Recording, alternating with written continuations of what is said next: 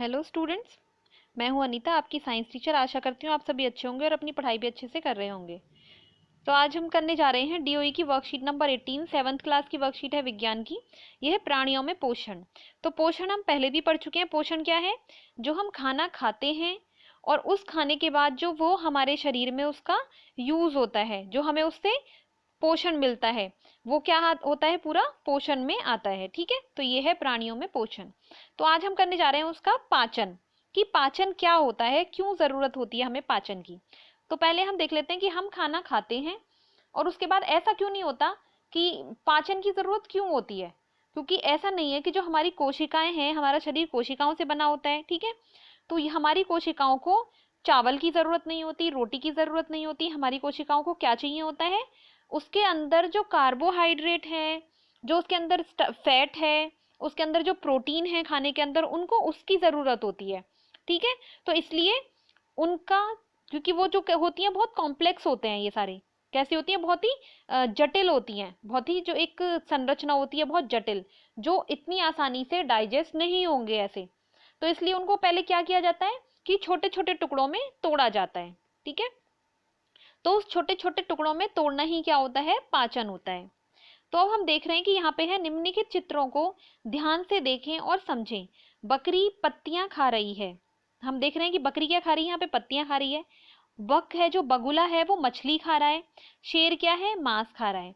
तो सब प्राणी क्या है? किसी का कुछ भोजन है, किसी का कुछ और भोजन है। ऐसा नहीं है कि सारे पेड़ पौधों को ही खा रहे हैं या सारे दूध पीते हैं, ऐसा कुछ नहीं है।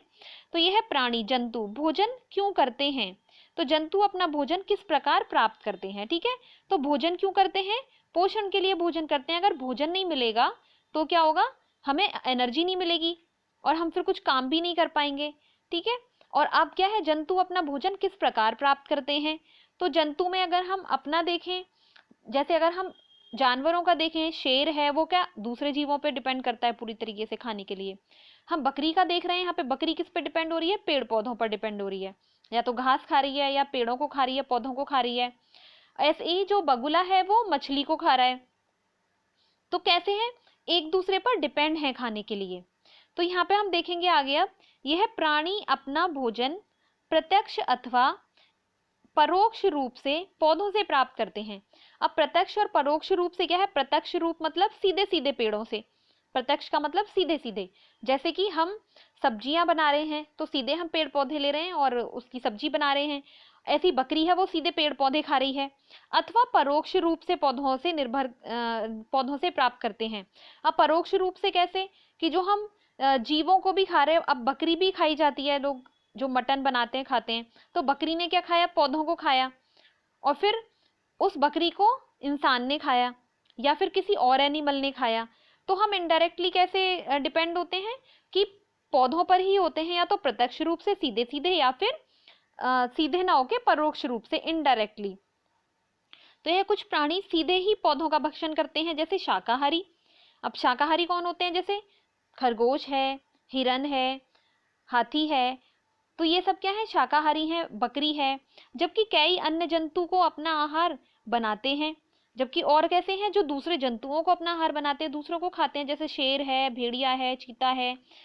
जो पौधे सॉरी जैसे मांसाहारी बनाते हैं, जो पौधे खाते हैं, जो पौधे खाते हैं उन्हीं जीवों को वो खा जाते हैं, तो उन्हें क्या बोलते हैं? मांसाहारी बोलते हैं।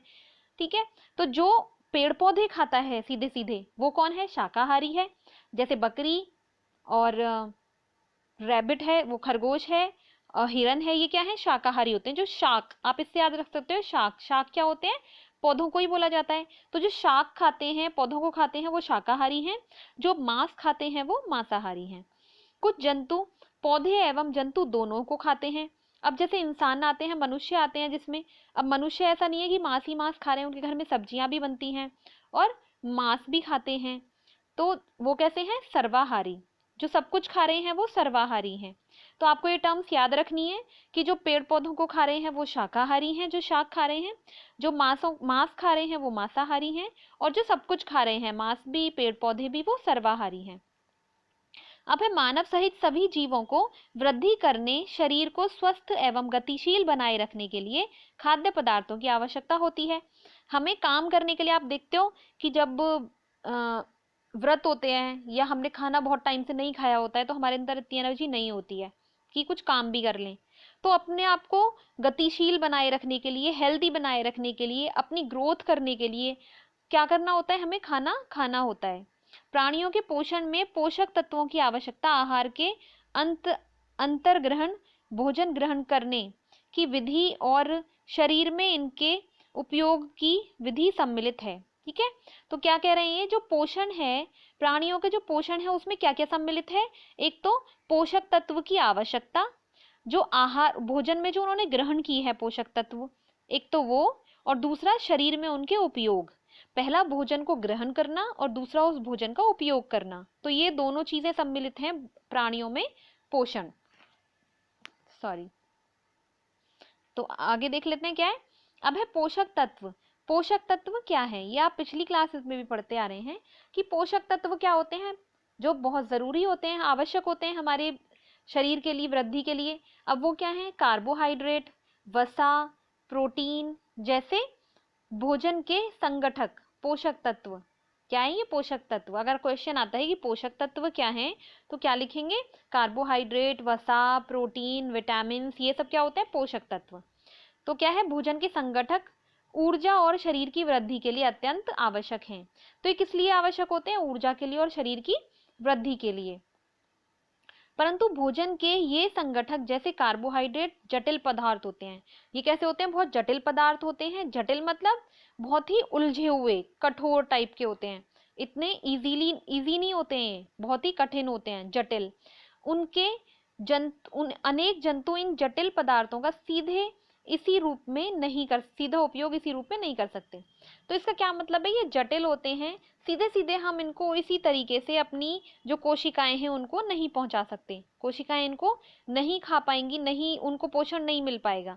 उनको क्या चाहिए होते हैं, उनको तो जो कार्बोहाइड्रेट से जैसे ग्लूकोज निकलता है, आगे पढ़ेंगे या आगे क्लासेस में जाएंगे जब आप, प्रोटीन से अमीनो एसिड्स बनते हैं, तो उन सबको बनाने का क्या होता है, जो इसीलिए इन्हें सरल पदार्थों में विघटन, टूटना आवश्यक होता है, और इसी को क्या कहते हैं, पाचन कहते हैं। ठीक है, तो पाचन क्या होता है कि जो कार्बोहाइड्रेट हम ले रहे हैं और जो सब चीजें हम खा रहे हैं, प्रोटीन है, ये सब कैसे होते हैं, बहुत हैवी होते हैं, जटिल होते हैं। इनको जो एक सरल पदार्थ होते हैं उसमें तोड़ने की जो प्रक्रिया है वो क्या कहलाती है, पाचन कहलाती है। अब है पाचन। तो जटिल खाद्य पदार्थों का सरल पदार्थों में टूटने की प्रक्रिया को पाचन कहते हैं।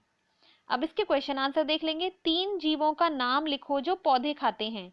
तो ये आप अपने आप लिख सकते हैं, खरगोश है, हिरन है, बकरी है, भेड़ है, ठीक है, हाथी है।